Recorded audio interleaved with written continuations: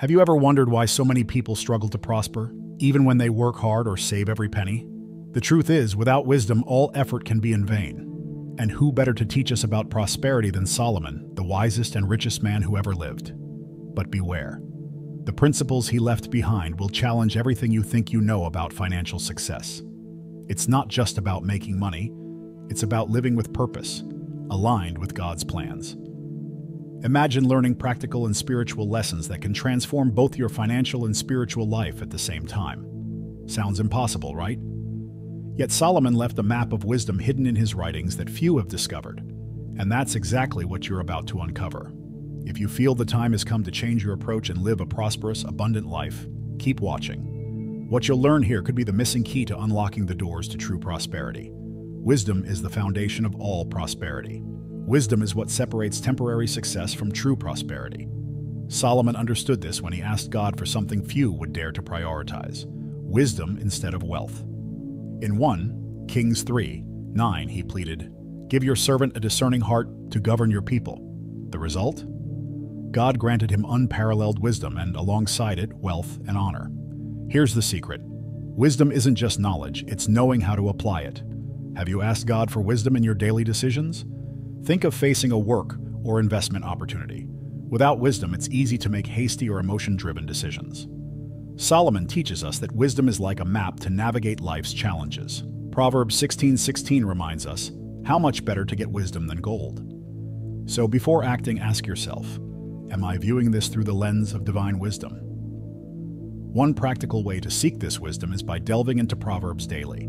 Choose one chapter each day, reflect on it, and ask God to help you apply its principles to your reality. Another approach is seeking advice from wise people around you. Solomon often emphasized the value of counsel. In the multitude of counselors there is safety. Proverbs 11:14. Who are the people you can turn to for sound advice today? But remember, wisdom isn't only for major decisions like investments or career moves. It also guides the small details, like the words you speak or how you treat others. Prosperity, after all, isn't just financial. It's about living a balanced life.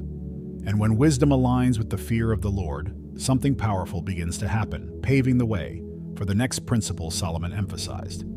The fear of the Lord is the beginning of wisdom. For Solomon, the fear of the Lord wasn't a paralyzing dread, but a profound respect and reverence for his majesty.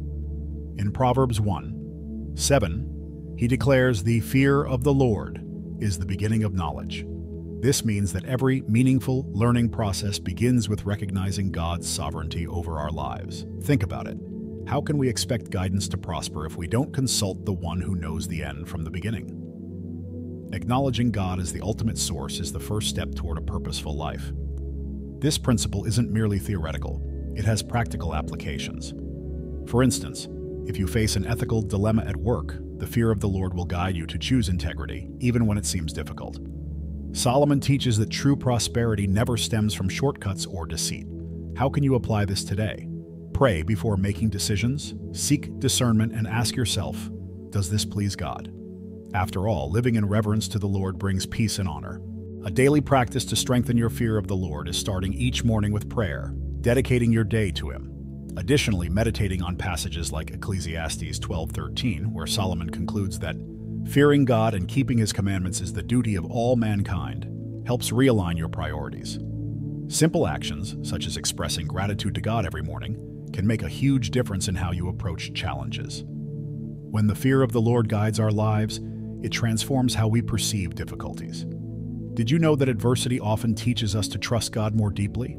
This principle prepares the heart for another crucial aspect of prosperity: diligence in work and in stewarding what God entrusts to us. The importance of diligence in work. Solomon was a strong advocate for diligence and consistent effort. In Proverbs 21:5, he teaches, "The plans of the diligent lead to profit as surely as haste leads to poverty." This reminds us that prosperity doesn't happen by chance. It's the result of thoughtful, persistent work. Many expect God to do everything, forgetting that He blesses the hands that work. Diligence is like planting a seed. It requires patience, care, and consistency to bear fruit. In today's fast-paced world, where distractions are everywhere, being diligent is almost a superpower. Imagine a farmer abandoning his crops because he doesn't see immediate results. Solomon urges us to value every step of the process, trusting that the reward will come. Are you patient with your projects, or do you get frustrated by slow progress? It might be time to reassess your habits and plan more wisely. Applying this principle can be as simple as organizing your day better. Create a list of priorities, placing the most important tasks at the top. Solomon also highlights the importance of being a good steward. Put your outdoor work in order and get your fields ready. After that, build your house. Proverbs 24:27. This means laying a strong foundation before taking on bigger challenges. What strategic steps can you take today?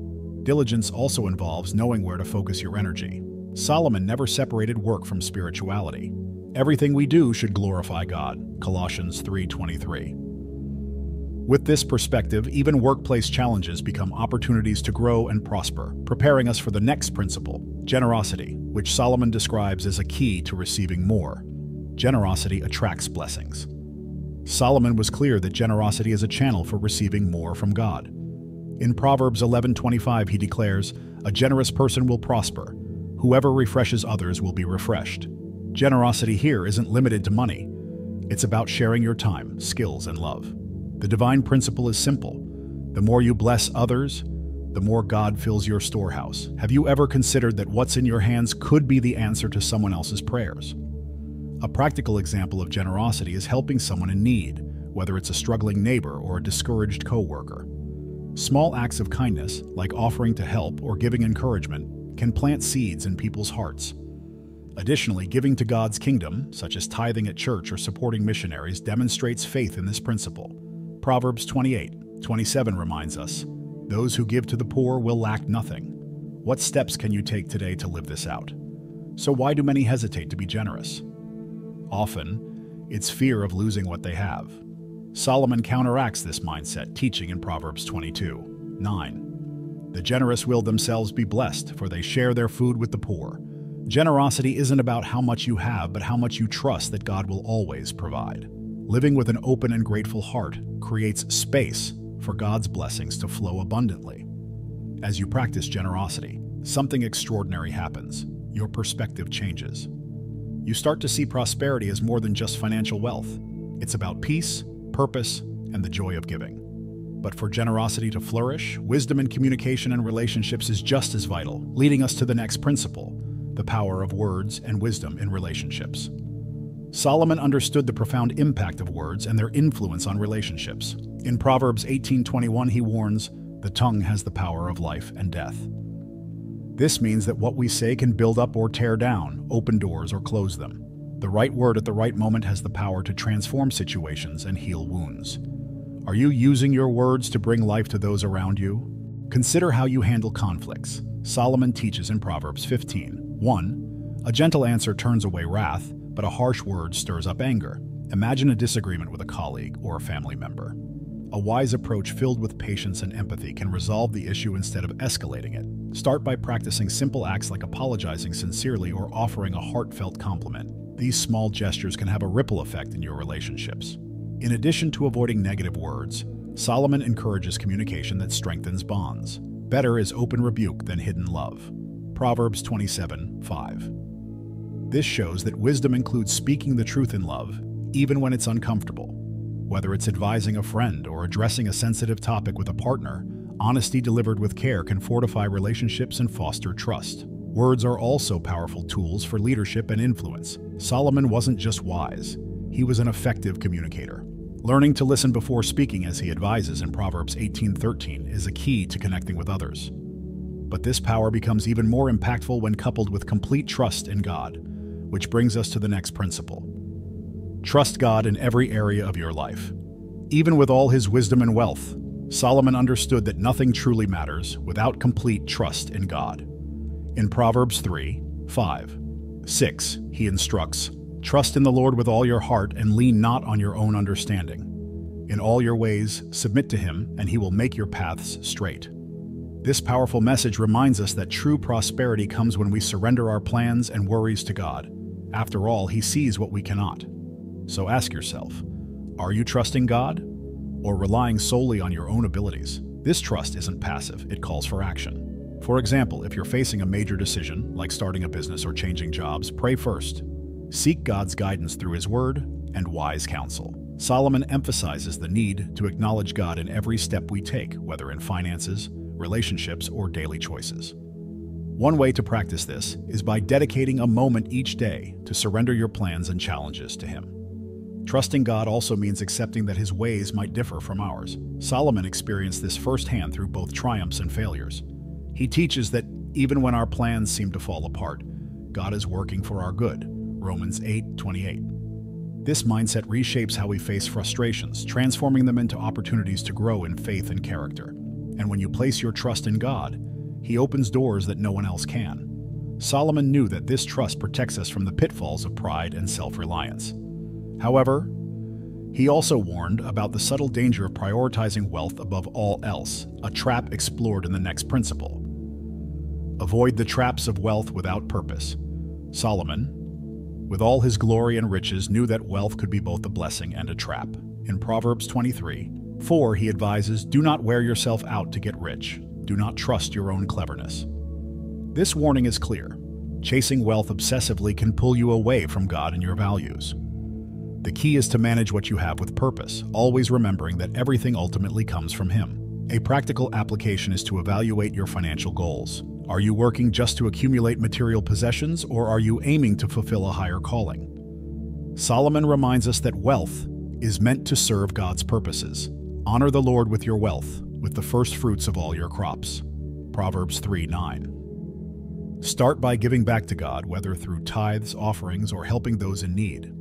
How can you realign your finances with this divine principle today? Another crucial point is not to place your security in money. Solomon understood that wealth is fleeting. In Proverbs 23:5, he states, "Cast but a glance at riches, and they are gone, for they will surely sprout wings and fly off to the sky like an eagle."